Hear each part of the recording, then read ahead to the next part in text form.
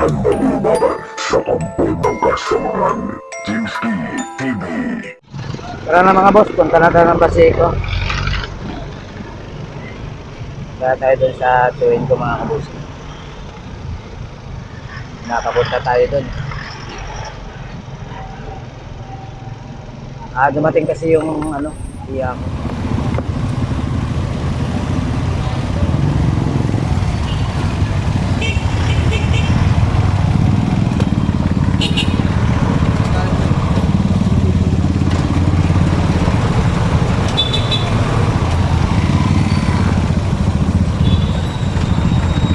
Magandang hapon mga kabos, punta na po tayo ng Paseco mga kabusing. Punta muna tayo dun sa ating sa aking tiyo mga kabusing. Pinapapunta ako kasi dumating yung tiya ko galing ng probinsya.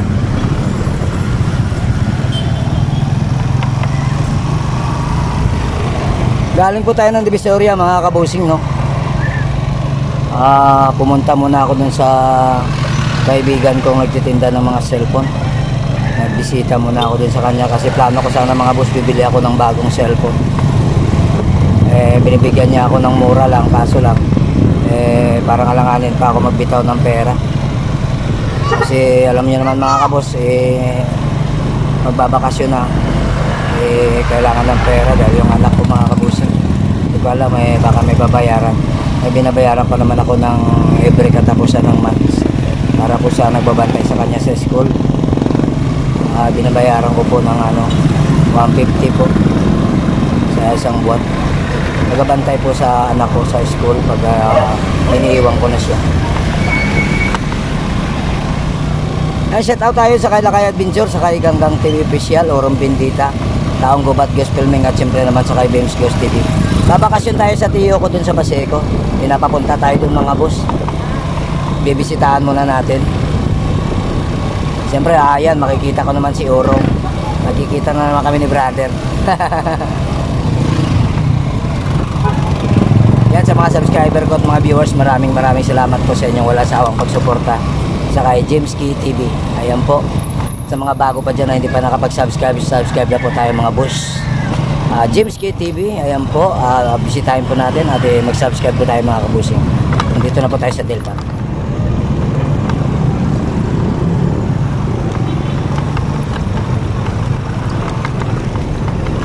Yes, Delpan area po tayo mga boss.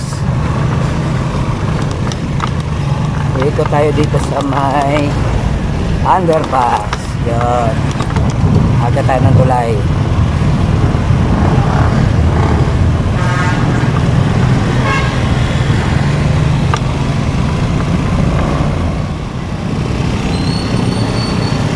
Papunta po tayo ng Paseco mga kabusing.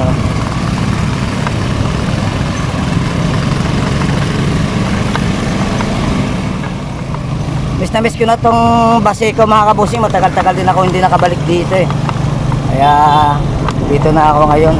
Pabalik na. Kaya punta ako ng tiyo ko. Sa kabila ng lahat ng mga nangyari sa buhay ko pinalayas ako ng tiyuhin ko dahil sa kinakasama kong walang iya. Pero okay lang mga boss. Pasalamat naman ako kay God kasi kahit pa paano may balik yung pagtiwala ng tiyo ko sa akin. Nagalit kasi yung tiyo ko noon dahil siyempre sa ginawa niya sa amin mga kabusing. Pinasaasan niya kami, tapos niloko niya pati yung tiyo ko, pinagluloko niya.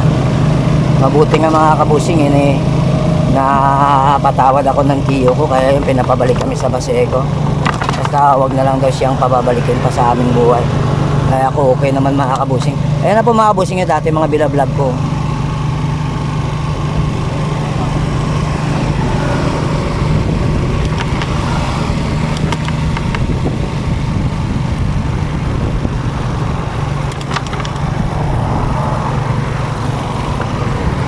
Okay na kami mga boss. Okay na tayo sa tiyo ko. Tanggap na ako mga kabusing. Pinababalik na ako.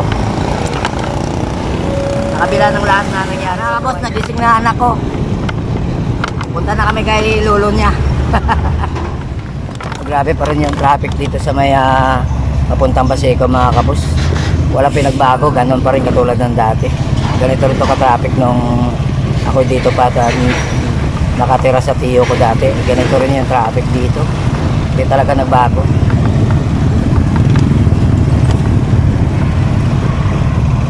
Wow, makakabalik na ako ng Baseco. Yes.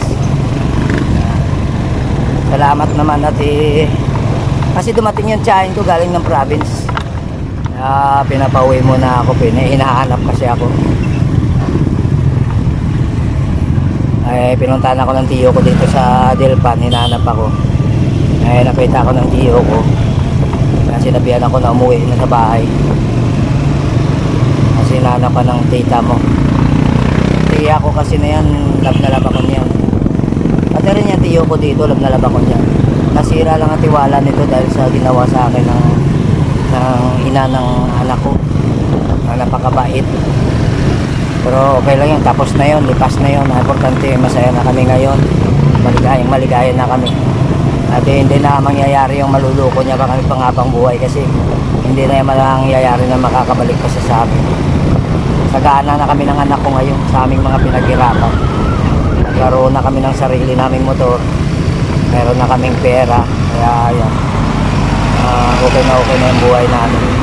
Hindi na ako papayag na bumalik pa siya kasi alam ko dudurugin niya kami ulit. Mauubos lang yung aking mga napunta. Hindi na mangyayari yun. Paalam siya sa buhay niya. Thank you na lang talaga at nakarecover ako sa sarili ko. Hindi ako nagpakamatay noong time na yun. Sobrang sakit na dinanas ko, grabe. At least nakarecover ako para sa anak. Kaya ito ngayon, nakabalik na kami, pinatawad na ako ng tiyo ko. Yes, nakabalik na kami ng anak ko.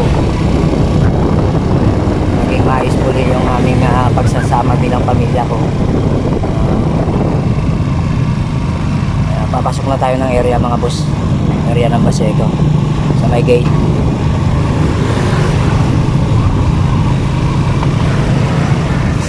Ito yung gate nila. Wala kang bantay ngayon. Walang pinagbago mga kabus yung ano ng Baseco. Ganun pa rin katulad nung dati. Pero gumanda na sa ngayon ha. Mas okay ngayon kaysa dati mga boss.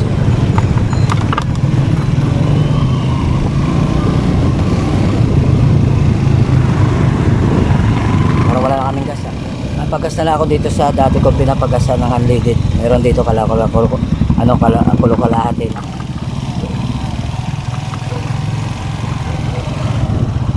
Grabe yung baha dito. Hindi naman umulan pero baha. Grabe. Galing sa dagat yung mga boss pag mataas ang tubig.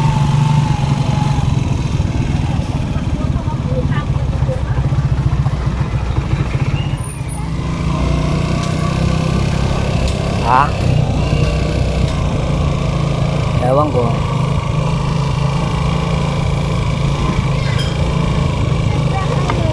Ayos nga pala yung mga pader pa rin hanggang sa ngayon. Hindi pa rin natatapos. Yan, sa gilid mga kabusi. Pero doon sa dulo, doon sa malapit sa bahay ng tiyo ko mga kabusi, tapos na yung pader doon. Dito, ayan, sisimulan pa lang nila. Pero saglit lang yan mga kabus.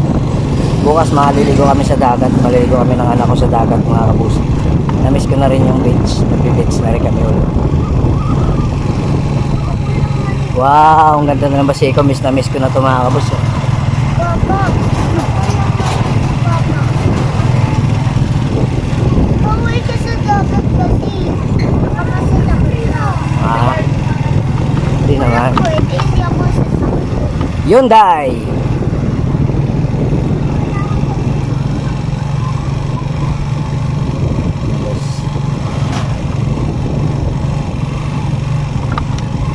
Parang wala na akong gas boss. Parang pinipilit ko na lang to. Yes, malapit na kami sa bahay. Lubak-lubak pa rin mga kabos. Inaayos. Ayos hindi naman nila yan. Ayos nga nila yung pader eh. Yung pa kayang kalsada. Diba? Nag-ayos kayo ng ano? Pa, nag-ayos kayo no? Masirahin lang. Masirahin. Temik.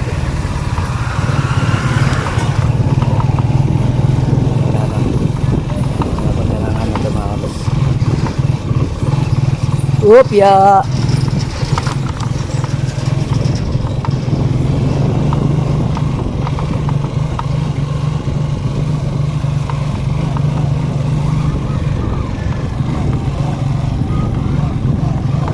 pa rin, wala pa rin pinagbago yung Paseco. Pero mas maganda na. Dito na kami sa bahay ng tiyo ko mga kabusi. Parking kami sa gilid. Parking kami sa tapat mismo ng bahay. Ako pa nandito siya.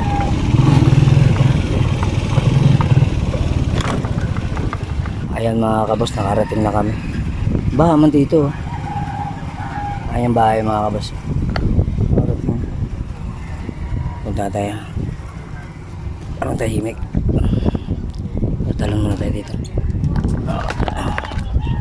Dito yung mga tanim mga kabos.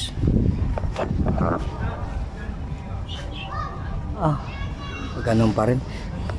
Napapasok tayo sa loob. Ayun mga tulog sila. Hello kuya. Oy, Kamusta naman? okay ka kanina? Kumusta? May video pa. Kumusta? The Barkads? Ayun, the worker siya, tiya ko. Yun, may bisita Ito, ka. pinsan ko to. Ito, tiya ko. Ayun naman yung tiyo ko. Kumusta? Okay lang. Yan, pinsan ko yan mga boss. Yan. Oy, Gwapo pa rin, walang pinagbago. siyempre. O ikaw, ano ka? Ginagawa mo, halika na dito. Kumusta So ayan mga kabusing, nakarating na po tayo dito sa Baseco, sa bahay ng aking tiyo. Siyempre dito kami nakita-kita ng aking pamilya. So ayan po, maraming salamat po sa inyo walang sawang pagsuporta. Ayan po sa mga bago pa dyan na hindi pa nakapag-subscribe, subscribe na po tayo mga kaludi. James K TV. Ayan po, maraming salamat sa inyo. Paalam. Ang magbabay sa tamboy ng kasamaan. James K TV.